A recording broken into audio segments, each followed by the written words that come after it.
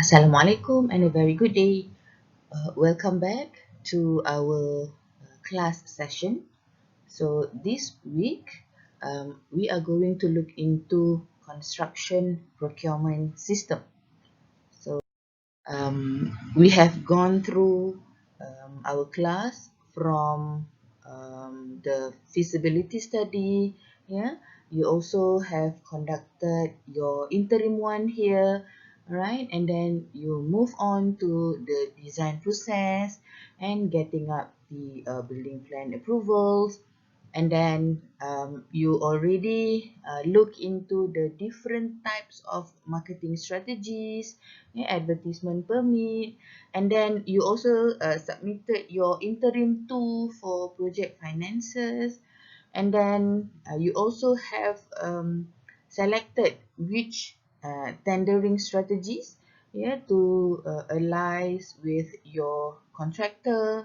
And today we are going to look into the procurement method, which how are you going to actually conduct the project before we go into the construction process. So this particular slide should be read together with these slides in future. So it includes the different type of procurement system. So you can read together these files, 1, 2, 3, 4, 5, 6, 7 files together with these slides. Okay. So procurement. What is procurement? So procurement is actually the process. Okay, the process where you secure either work, goods, and services. So as for the client, as when you are the developer, the client, the client achieve his objective of procuring a contractor to erect the building, which means that you are now in the process of getting the contractor. And then as for the contractor, okay, uh, procurement means they secure workload for their company. All right. So just now we also mentioned on goods and services. So procurement to buy or purchase goods from supplier, or to get service from consultants, are also termed as procurement. Okay, so when it comes to system, it has an organized method or approach or techniques, process or procedures. So therefore, project procurement system is very much concerned with the organized method or process and procedure of obtaining or acquiring a construction product. So why do we need to have this procurement system? So basically, procurement will determine the role, the relationship. It will help to shape the value and style of project management. It will help to allocate the risk, the design strategy, the employment of consultant and contractor, and it helps to actually legalize the system. This procurement system will assist the client, the consultants, the contractor to better understand their responsibilities, their obligations, and how do they relate to each other. However, procurement system have its own difficulties. All right. So just now, I requested you to look into the different slides of procurement, which mean we have various type of procurement. Because of that, the first difficulties, would be no single person, or no one knowledgeable person has been found who is familiar with all the primary procurement methods. This means that despite we have actually identified various type of procurement, but there is no single person who can actually tell or very familiar with all the primary procurement method. And then number two, right? Number two, there is no consensus has been found between experts, maknanya agreement between experts, which easily systemizes procurement selection.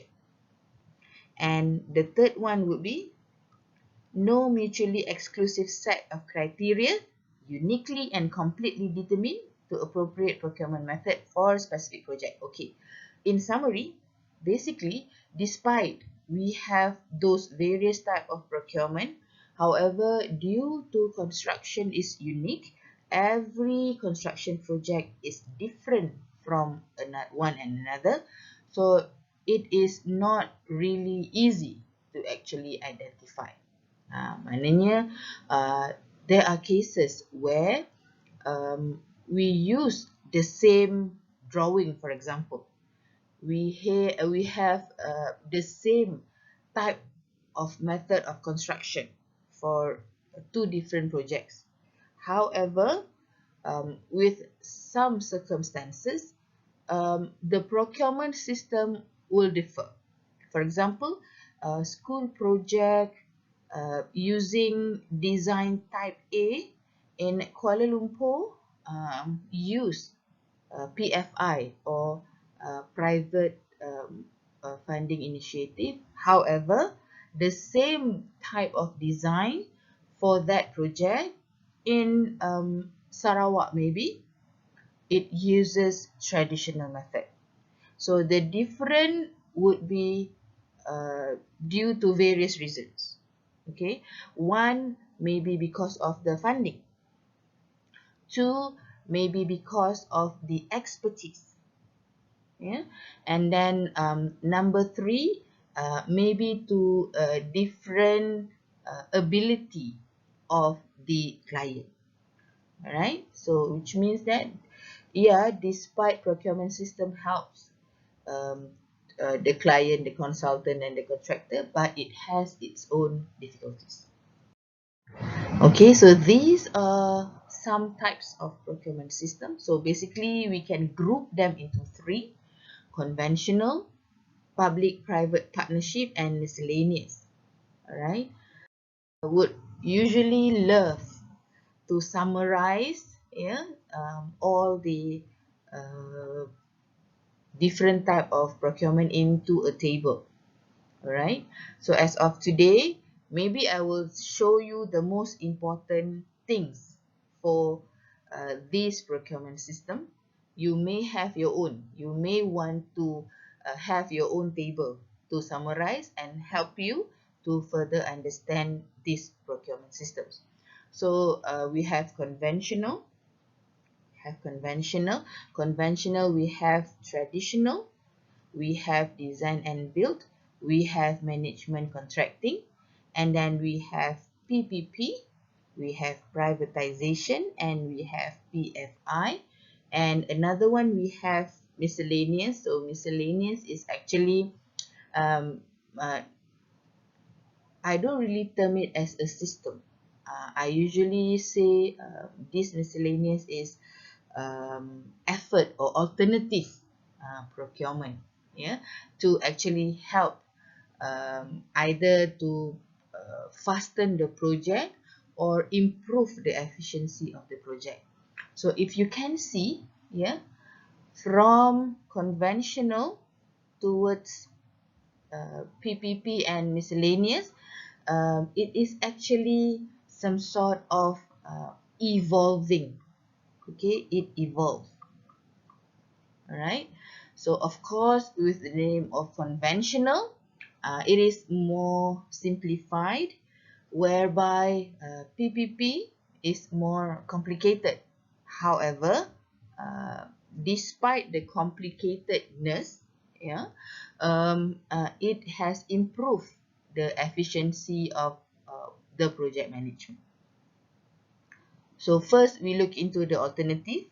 All right, so the alternative system, so fast tracking, so it is not really a form of project delivery. So as I mentioned just now, so miscellaneous is actually some sort of alternative method Yeah, so it is for fast tracking. It is a project management approach to gear a very rapid project completion. So basically the aim is to reduce the overall life cycle time.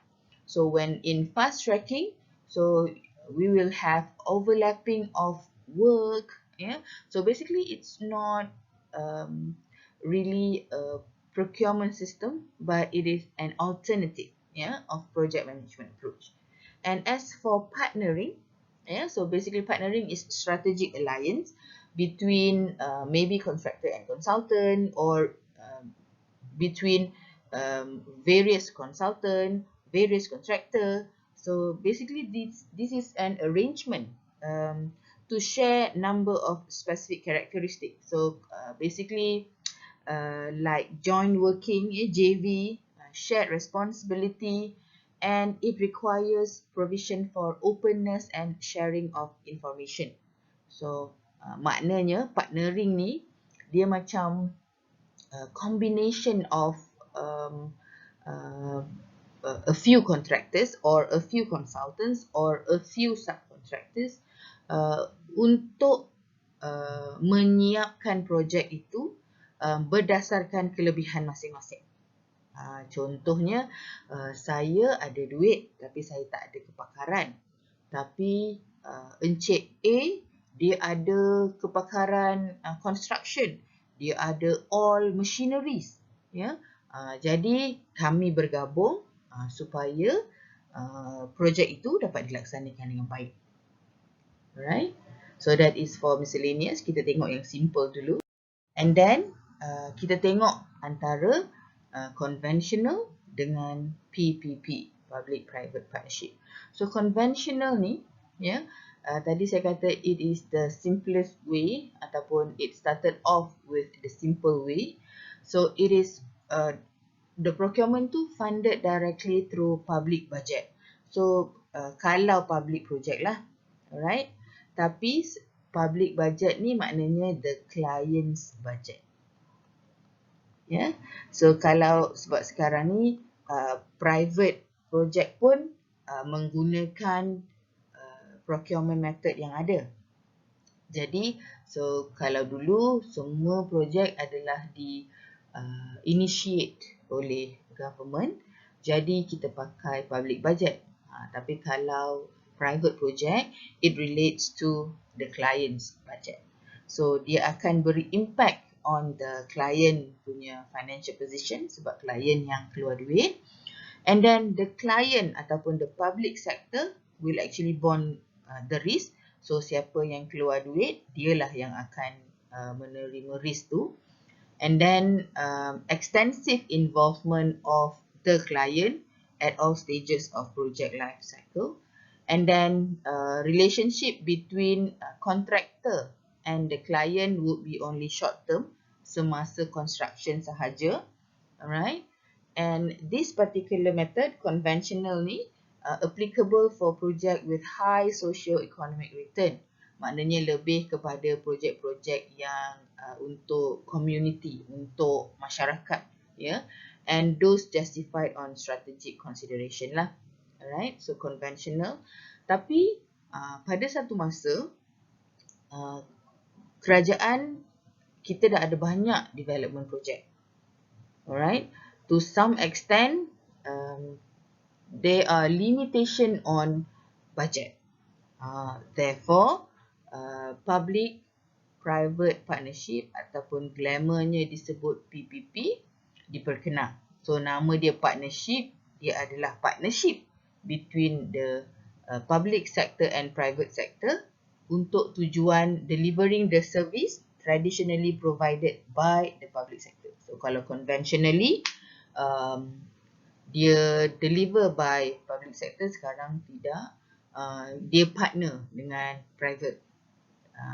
So applies to enterprise already owned by the government ataupun new projects. Alright. PPP involve transfer of all management responsibility, personal and asset kepada private sector.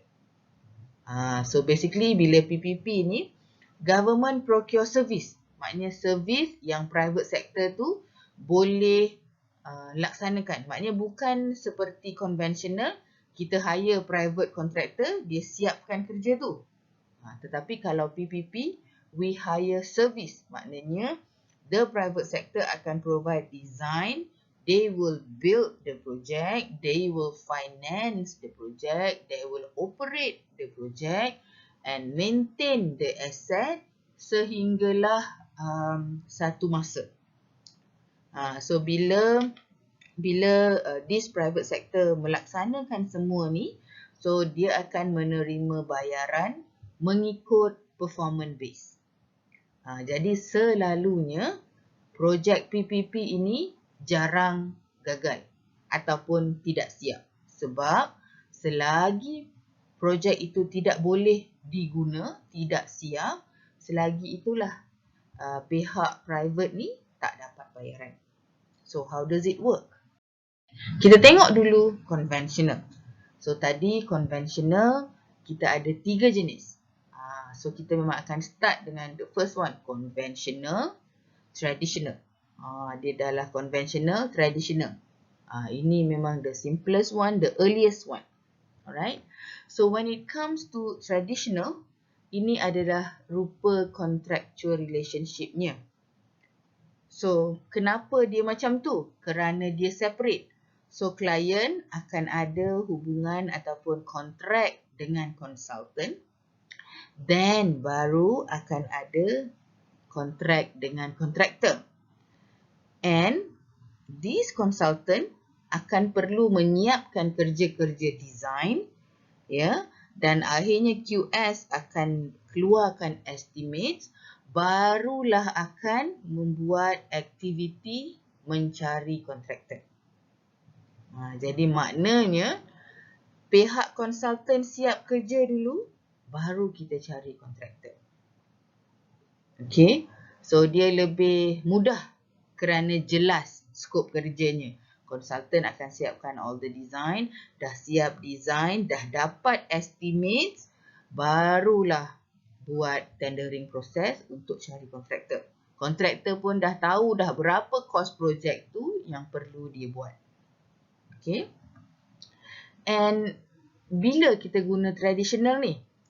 Bila klien yang cost the design. Maknanya klien tahu apa dia nak, dia hire konsultan dia buat all the design, and then the design complete sebelum kita melaksanakan kontrak dengan kontraktor. Selain daripada tu, untuk application ni juga, klien ni boleh monitor konsultan dan juga kontraktor. Dia ada ability. Yeah. The advantages of traditional ni, selain daripada ianya mudah, kita jelas skop kerja konsultan dan kontraktor, the project cost ataupun price is known. Maknanya tadi QS dah buat estimate tu, so the cost dah tahu. Dah tahu dah. And then the consultant ataupun the designer has full control of the design. So maknanya konsultan ni boleh buat design based on the client requirement tanpa gangguan lain lah. So dia boleh fokus dengan kerja dia. Tetapi masalah dia adalah sebabkan dia adalah separate. So jika sekiranya pihak konsultan ni lewat dalam melaksanakan kerjanya, dia akan mengakibatkan lewat untuk mendapatkan kontraktor dan melakukan construction. Jadi, the development period will be longer. Yeah. And then, because of consultant buat kerja dia, kontraktor buat kerja dia, mereka tidak mendapat input antara satu sama lain, ia boleh mengakibatkan adversary ataupun tidak bersetuju. Maksudnya ni contoh, konsultan dia design, tapi bila sampai dekat kontraktor, design itu tidak mengambil kira kebolehan ataupun constructability of the project. Jadi mungkin nak kena redesign ataupun susah untuk kontraktor melaksanakan cadangan design konsultan tu. Jadi dia boleh mengakibatkan tak setuju, mungkin boleh menjadi bergaduh ataupun mungkin terpaksa redesign dan sebagainya. So dia akan impact kepada masa dan kos. So the first one would be traditional, dia separate. So bila kita dah ada banyak projek, so klien masih berkuasa ataupun klien masih terlibat secara langsung. So we have this design and build. So ini adalah contractual relationship dalam design and build, whereby untuk design and build ni dia combine. Alright, apa yang combine tu? So maknanya the client akan ada satu je hubungan dengan design and build contractor. So dia ada single point responsibility of the design and build contractor, yang mana design team dan juga construction team adalah dalam tanggungjawab design and build contractor.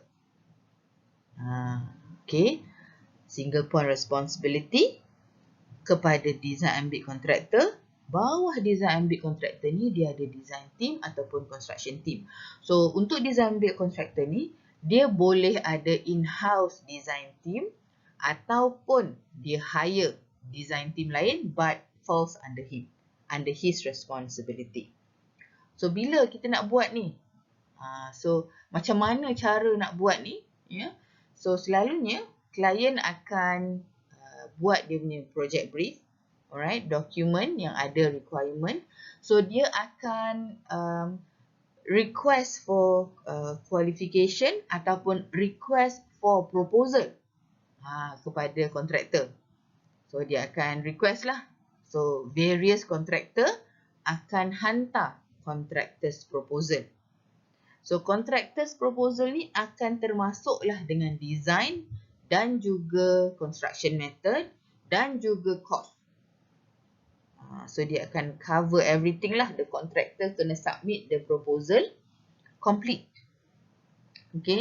So best part of design and build ni, dia akan boleh mempercepatkan kerja. Maknanya untuk design and build ni tidak seperti tradisional, kita kena tunggu design siap semua baru cari construction. Tidak, tak perlu. So semasa design ni, pihak designer akan mendapat maklum balas daripada construction team. Dia akan bekerjasama lah, mendapat input. So bagaimana cara yang paling cepat boleh digunakan. So tak perlu tunggu keseluruhan design ini siap baru nak cari kontraktor. Maknanya tengah design pun construction dah boleh masuk. Tapi bukanlah dia baru nak design beam dah boleh masuk construction beam, bukan. Maksudnya, katalah the design team, katalah kita buat projek banglo 3 tingkat. Contohnya, pihak design team dah design sehingga level 1. So maknanya ground level foundation, ground beam, column, semua dah design. Pihak construction team boleh masuk untuk buat apa yang dah siap design. So the design team boleh proceed untuk seterusnya sehingga siap. So ini yang kita katakan overlapping. Kita tak payah tunggu design semua siap baru masuk construction. Sebab tu dia akan menjadi procurement yang lebih cepat. Alright. And selain daripada tu, tadi saya kata design team akan mendapat input atau bekerja sama dengan construction team sebab dia dalam satu team design and build contractor ni. So kita akan dapat better buildability. So kita akan boleh dapat maklum balas daripada construction whether this design is good or not, boleh bina ke tak. So we can have better buildability. So dia akan juga membantu speedy proses. And selain daripada tu, for design and build, tadi the client dah minta RFP, RFQ. So kontraktor tadi saya kata kena bagi proposal, termasuklah design, termasuklah construction system, termasuklah cost. Jadi dia adalah fixed cost fixed time basis. Dia tak ada VO, tak ada EOT. Okey, sekiranya berlaku jugalah. Semua akan ditanggung oleh design and build contractor. Owner tak ada tanggung lagi dah. Owner hanya akan mengejar je projek ini siap. Alright, sebab objektif having design and build ni adalah owner suruh design and build contractor propose yang terbaik in term of design, in term of construction system, in term of cost yang mampu dilaksanakan oleh kontraktor tu, in term of duration yang mampu menyiapkan projek tu. Jadi semuanya adalah pada tanggungjawab design and build contractor. However, the disadvantage of this project adalah sekiranya terdapat kesilapan design, sekiranya terdapat kesilapan di mana-mana lah, the cost overrun tu akan menjadi lebih mahal daripada tradisional. Contohnya, tadi saya kata design belum siap pun kita dah boleh start construction. Tiba-tiba baru realise design salah. So kita kena reconstruct, kita kena runtuhkan, kita kena reconstruct, then it would be a disaster to the contractor. And then untuk VO, okay, this particular procurement system tidak accommodative to changes. Dia tidak changes friendly. So maknanya jika sekiranya berlaku sebarang perubahan, semuanya di bawah tanggungjawab design and build contractor. So we have another one, management contracting. So this management contracting ni dia ada dua. Satu management contracting, satu lagi construction management. So yang ni kalau you all familiar, dia sebenarnya macam PMC. Cuma the consultant kalau dalam PMC tu kita akan lantik contractor. Alright. So untuk ini ianya boleh berlaku pada traditional ataupun design and build.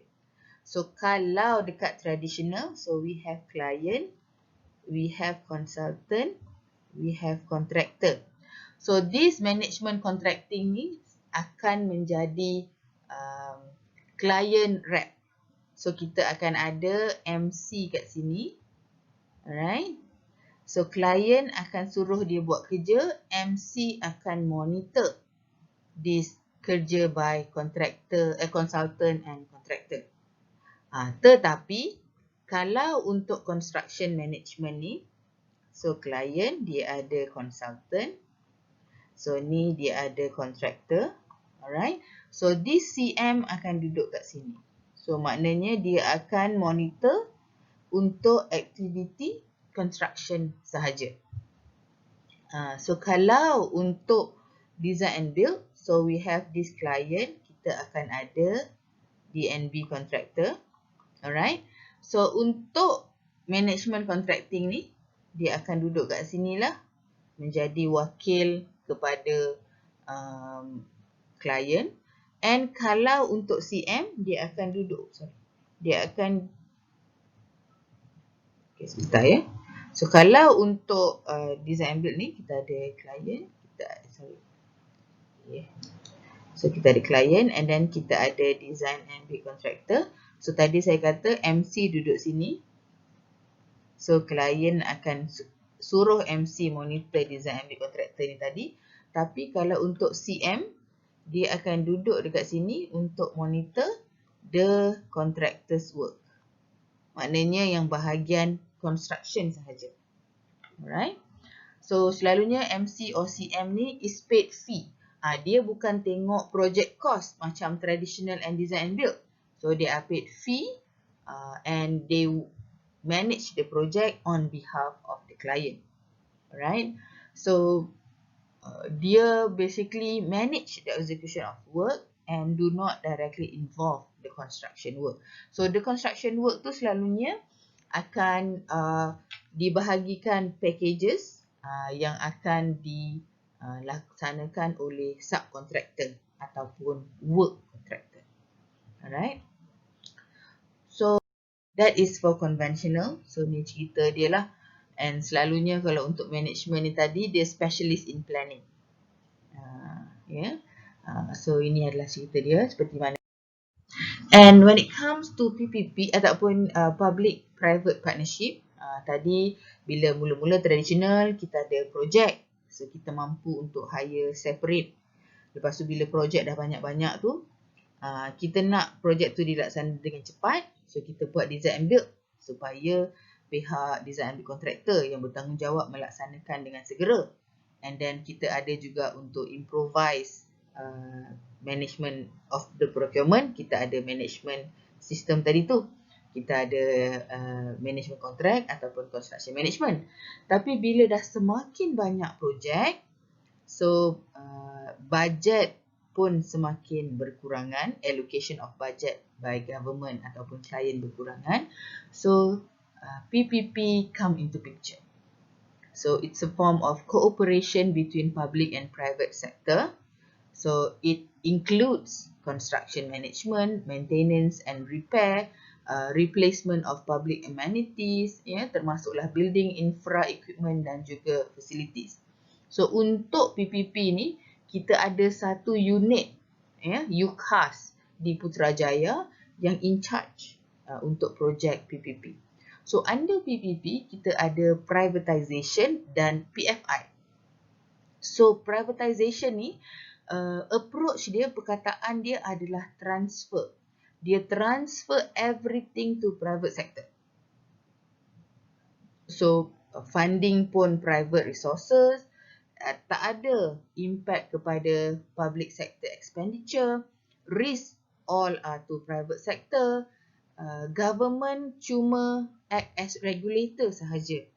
And this particular, kalau privatisation project, so dia tidak semestinya ataupun memang bukan government akan memiliki the end product. So selalunya projek ni akan melibatkan yang commercial value yang tinggi. Contohnya Kerajaan Negeri Selangor ada sebidang tanah. So tanah ni dia nak bangunkan, alright, tetapi tak ada allocation of budget. What they want is the land to be developed. So dia pun privatisekan tanah itu, alright. So dan private sector akan bangunkan. So in the end katalah dia bangunkan rumah kedai for example, ataupun rumah kediaman. So banyak juga Kerajaan Negeri Selangor ni dia privatisekan. So rumah tu nanti pihak private yang boleh, yang mengambil tanggungjawab untuk bangunkan, boleh jual dan mendapat keuntungan daripada situ. Okay, apa yang berlaku kepada kerajaan tadi, they can actually share the profit ataupun certain numbers of rumah tu tadi kalau dijual akan mendapat duitnya kepada pihak kerajaan, ataupun dia ada share dari segi equity, dia macam itulah. So pulangannya secara share dan sebagainya. Alright. Berbeza dengan PFI. PFI ni adalah projek-projek yang akhirnya akan dikembalikan kepada kerajaan. Okay. So dia, the private sector akan form konsortium dengan kerajaan. Dia akan JV dengan kerajaan.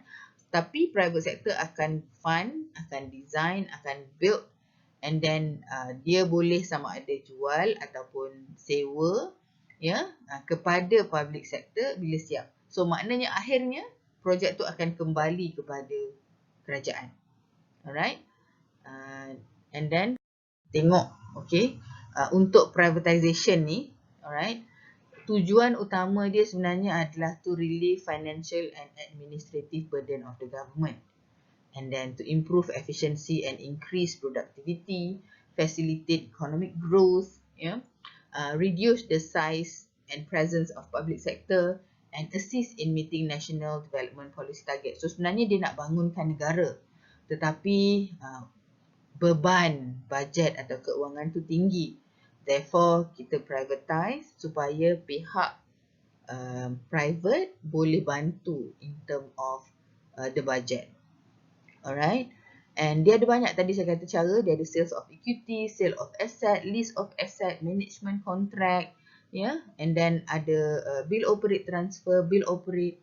Cuma kalau you all search ataupun baca lebih banyak mengenai privatisation di Malaysia, masalah privatisation kita adalah tidak semua projek itu dipersetujui untuk dipulangkan kembali kepada kerajaan. Maknanya kerajaan bila dah privatize, dia nak juga own the project. Jadi untuk Malaysia, privatisation ni bukanlah tidak berjaya secara total, dia kurang berjaya kerana kerajaan masih mahu mendapat kembali ownership tu. Jadi that's why kita ada PFI. Alright, so tadi PFI saya kata akhirnya projek itu akan dapat kembali kepada kerajaan. Okay, so PFI started ataupun originated in UK, and then kita pun telah adopt PFI, so selalunya kita akan guna untuk infrastructure project. So dia ada greater involvement of the private sector in delivering public services. Contohnya macam jalan raya, tapi UiTM pun ada, kita buat PFI. And then kita ada banyak juga bangunan kerajaan di Putrajaya yang kita buat PFI. Kenapa? Sebabnya adalah dia melibatkan project funded and developed by the private sector. Lepas tu baru dipulangkan. So secara dasarnya, so kita akan ada mula-mula planning, and then kita sampai construction siap, and then kita ada operation. So ni katalah ni construction, ni operation period. So ini kontraktor yang buat. Okay, ini kontraktor yang buat. Operation, facility management yang akan buat. So this whole thing kita akan namakan dia concession. Okay, so semasa concession ni, alright, kita dah construct, and then kita kena berikan service operation. Habis concession ni, kita akan pulang kepada government tanpa sebarang kos kepada government, for free. Itu saya kata PFI ni lebih berjaya di Malaysia sebab akhirnya infrastruktur tu akan diberi semula kepada kerajaan. Semasa concession period ni, so kita perlu membuat facility, kita kena operate, semasa ni lah kita akan mendapat bayaran. So maknanya semasa operate ni, sama ada kita dibayar sewa oleh pihak kerajaan, macam kita dekat UiTM. So sekarang kita under concession period lagi, so UiTM bayar kepada pihak SPV, ataupun kalau kes jalan raya, rakyat membayar tol. So itu adalah cara untuk pihak SPV ni tadi dapat balik payment dia. So that's why tadi awal saya kata untuk projek PFI ni jarang projek itu tak siap. Jarang projek itu tak settle kerana selagi projek itu tidak siap, tidak boleh digunakan, selagi itulah pihak private sector tadi tak akan dapat bayaran dia. Right? Ini adalah something yang saya ambil daripada UCAS. Dia tunjukkanlah perbezaan antara conventional PFI dan privatisation. So you all boleh tengoklah. Alright. So that is that for procurement. So nanti kita boleh discuss further bila kita buat online class. With that, kalau ada sebarang soalan boleh tanya saya. Boleh WhatsApp ataupun boleh tulis siap-siap soalan tu, nanti masa kelas discussion you all boleh tanya for further clarification. Alright, so secara dasarnya hari ni kita tengok various type of procurement system for various reasons kenapa ia berbeza. So nanti untuk assignment you all pilihlah satu type and then explain kenapa pilih tu dan bagaimana you melaksanakan procurement yang telah you pilih tu. Alright, with that, thank you.